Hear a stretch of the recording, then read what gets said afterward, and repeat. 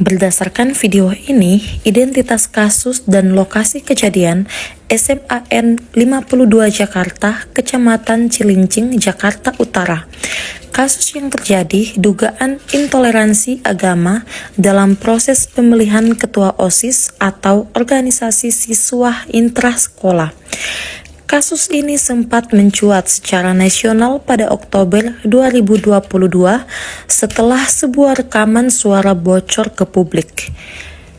Video tersebut merupakan cuplikan rekaman sidang atau klasifikasi dan mediasi yang dihadiri oleh perwakilan Suku Dinas Pendidikan Jakarta Utara, pihak sekolah, dan siswi yang dirugikan.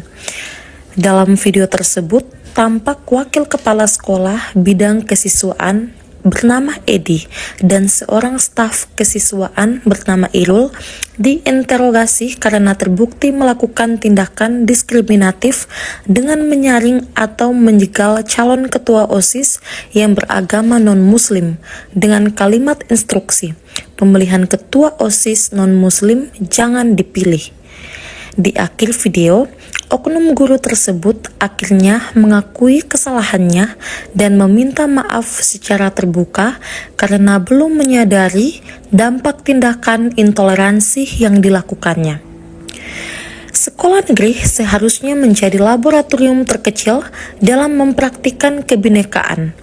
Disinilah nilai-nilai Pancasila disemai dan generasi muda diajarkan untuk merayakan perbedaan. Namun, apa yang terjadi di SMAN 52 Cilincing, Jakarta Utara menampar wajah pendidikan kita. Ruang akademis yang sakral justru disusupi oleh sekat-sekat primordial dan sentimen agama. Sebuah rekaman yang bocor ke publik menyingkap tabir gelap dalam proses pemilihan ketua OSIS di sekolah ini. Bukan kapasitas atau visi misi yang dinilai, melainkan latar belakang keyakinan. Oknum pendidik yang memegang otoritas sebagai wakil kepala sekolah bidang kesiswaan terbukti melakukan intervensi diskriminatif. Instruksi tegas dikeluarkan, pemilihan ketua OSIS non-muslim jangan dipilih.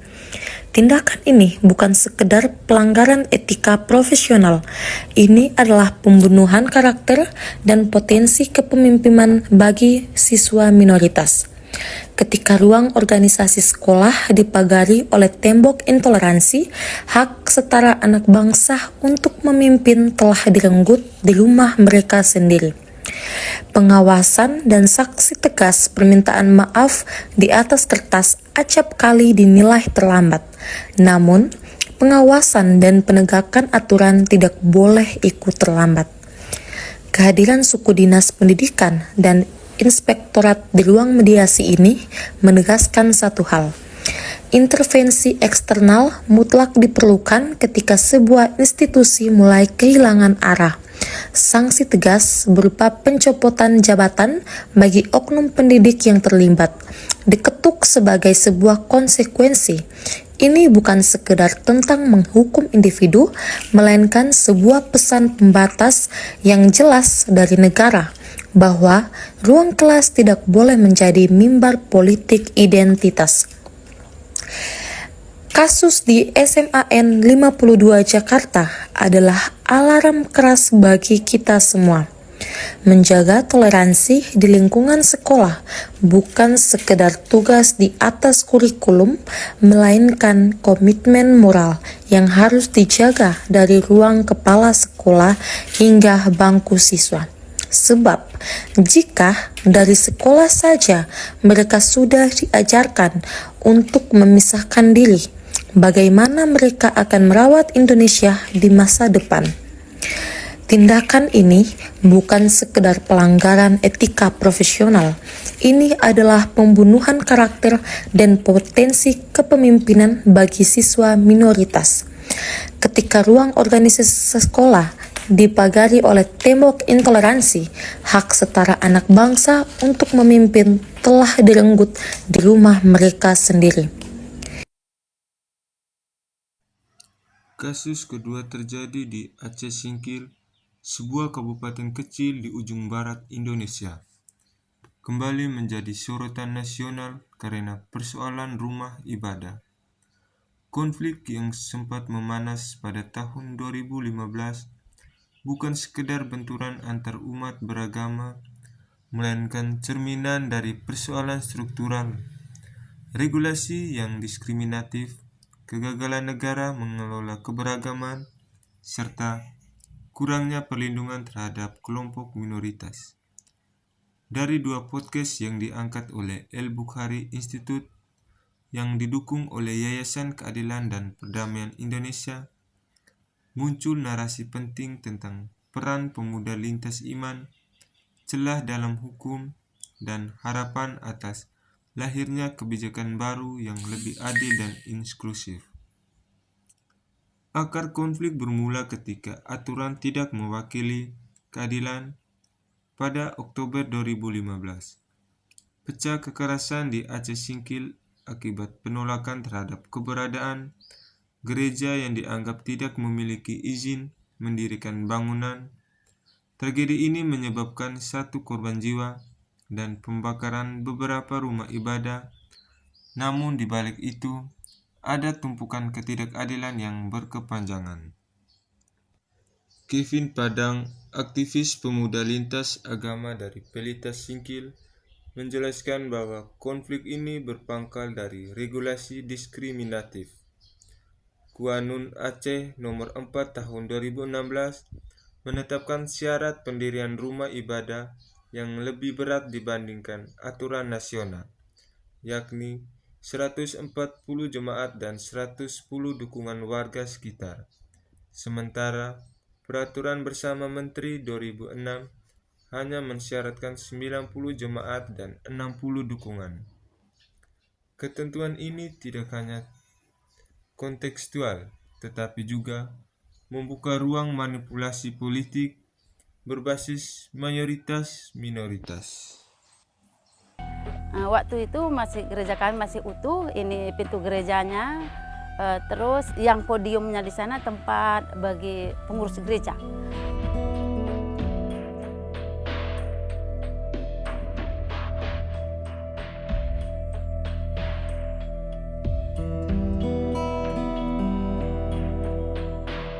Ada bawa bom molotov dilemparkan satu di dekat mobil itu. Baru kan hidup, baru dilemparkan terus ke salib itu. Hidup putus listrik, jaringan listrik gitu. Masuklah orang itu keliling dari belakang, dari mana.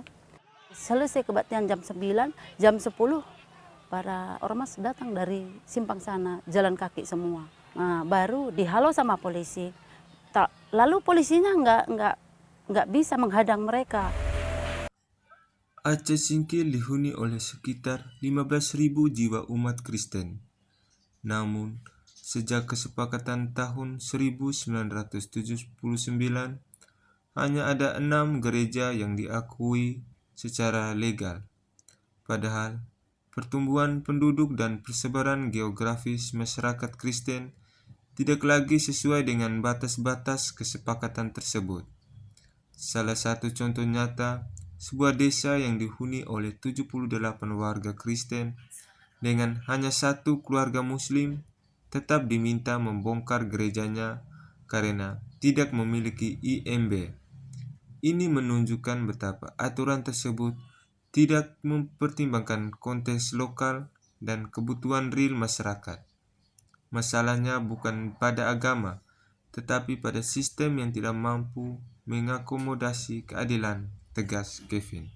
Negara yang absen dan kepemimpinan yang lemah adalah kegagalan negara yang terlihat nyata dalam penanganan pasca konflik.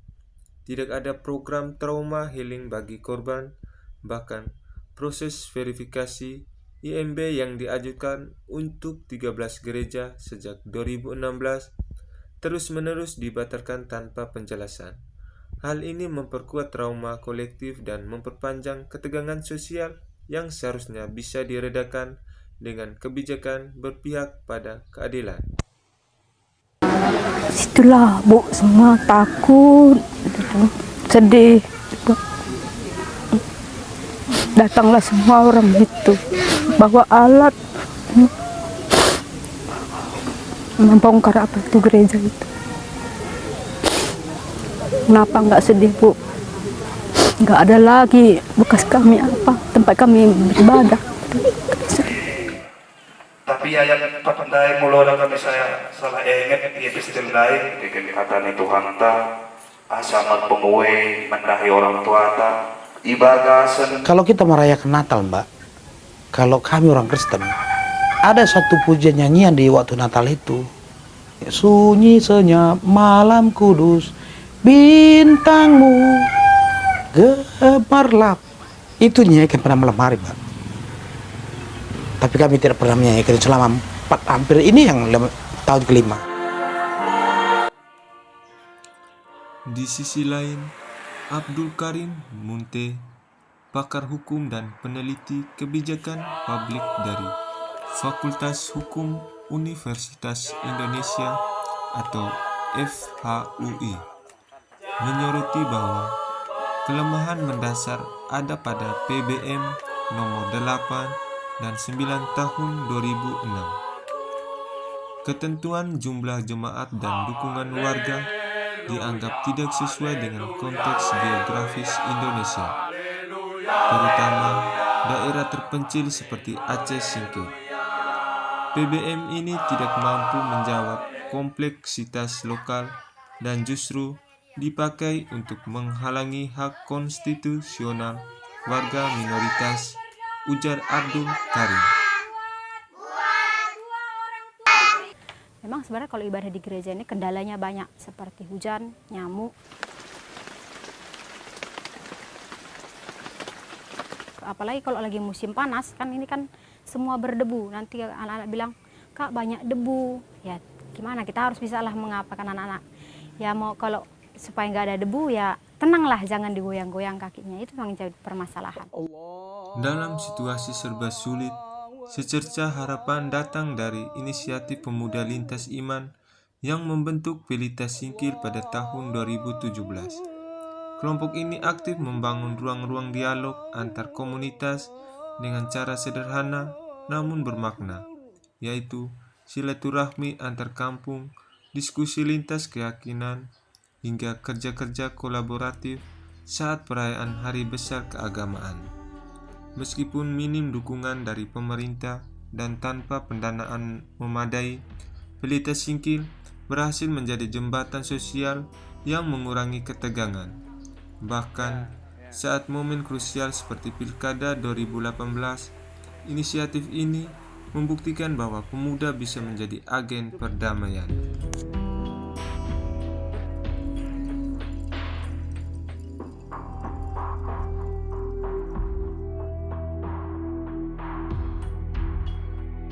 Umat Kristen katanya saya yang harusnya mengambil kebijakan tegas.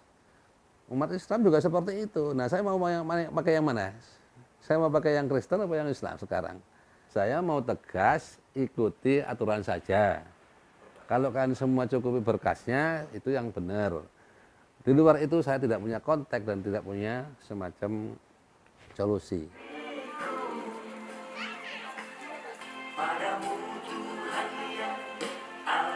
Kesepakatan boleh. Nah, kita nggak harus diikat semua dengan Tuhan. Kalau memang mereka sepakat, sudahlah, nggak usah pakai aturan lah. Kita nggak usah ikuti persyaratan, kita sepakat aja lah, kita semua umat Kristen dan umat Islam sepakat aja karena kita saudara. Umat Kristen sebenarnya minta apa sih? Minta gerejaku ditambahilah satu lagi misalnya kan. Umat Islam ya udahlah, kalau emang satu bolehlah ya, misalnya sepertilah maunya. Nah, baru kita tinggal ikat aja dengan regulasi, dengan aturan kesepakatan, kan aman kan. Kalau mereka mengajukan menambahnya, minta lagi seperti itu, minta lagi. Nah,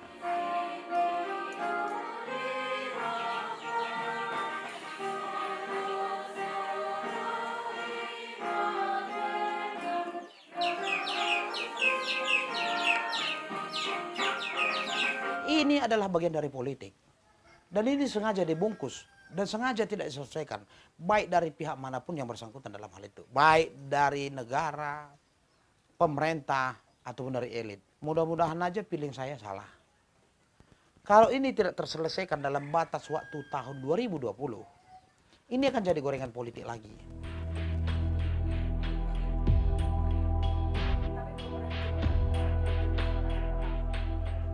Oh enggak lah, saya enggak. Nah, makanya saya bilang enggak lah. Saya enggak pernah untuk komunitas politik, enggak lah. Mungkin kalau saya, mohon maaf, saya masih ingat saya enggak pernah janji itu untuk janji ini supaya merangkul umat Islam, umat Kristen bisa memilih saya, enggak sih. Tapi saya apa adanya. Kalau Bapak nanti menang bisa nggak selesaikan? Saya nggak janji ya, saya bilang. Tapi saya akan berusaha, kalau memang diberikan kepercayaan, saya akan berusaha secepat mungkin. Berusaha di tangan saya itu kasus kejadian pasca Covid 2015 ini bisalah selesai di tangan saya. Dan bisa menjadi kebanggaan. Oh ya, ternyata kasus ini selesainya sejarah mengukir di tangan Bupati Dul Mursid bisa selesai. Tapi ternyata sampai sekarang idaman itu belum bisa terselesaikan.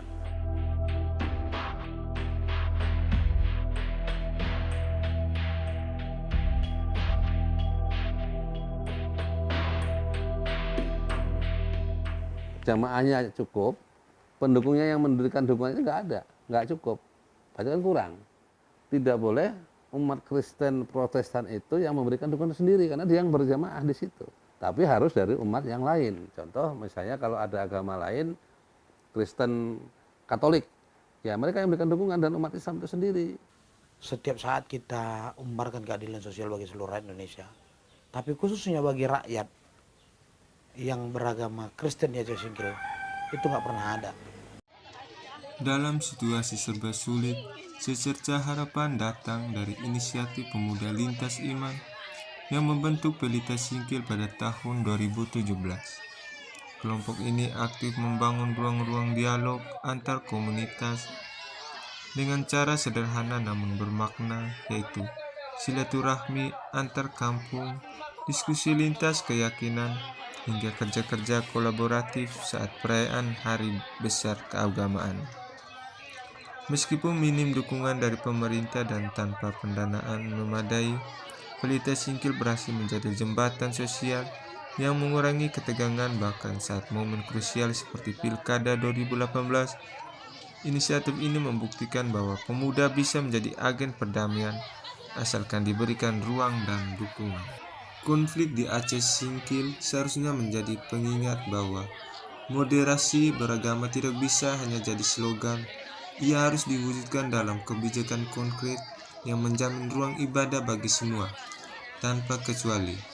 Negara wajib hadir dengan keberanian dan keadilan, bukan dengan kompromi terhadap kelompok yang mendikte atas nama mayoritas.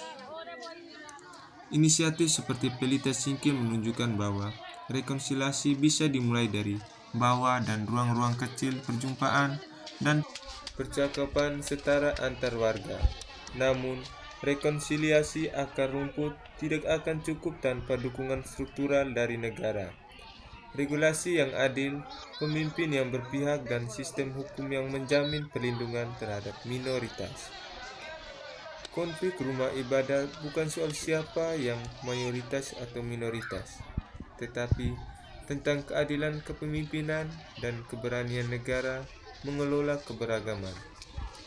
Aceh Singkil menjadi cermin penting untuk mengevaluasi ulang kebijakan, membangun dialog lintas iman, dan menjamin hak beribadah sebagai hak dasar setiap warga negara. Intoleransi adalah racun yang merusak kedamaian dan memecah belah masyarakat. Saat kita menolak perbedaan, kita sedang membangun tembok kebencian yang menghalangi kemajuan bersama. Padahal dunia ini diciptakan penuh warna. Mari kita hancurkan ego tersebut dan gantilah dengan rasa saling menghargai. Belajarlah untuk menerima keragaman sebagai anugerah terbesar, bukan sebagai ancaman. Sekian dan terima kasih.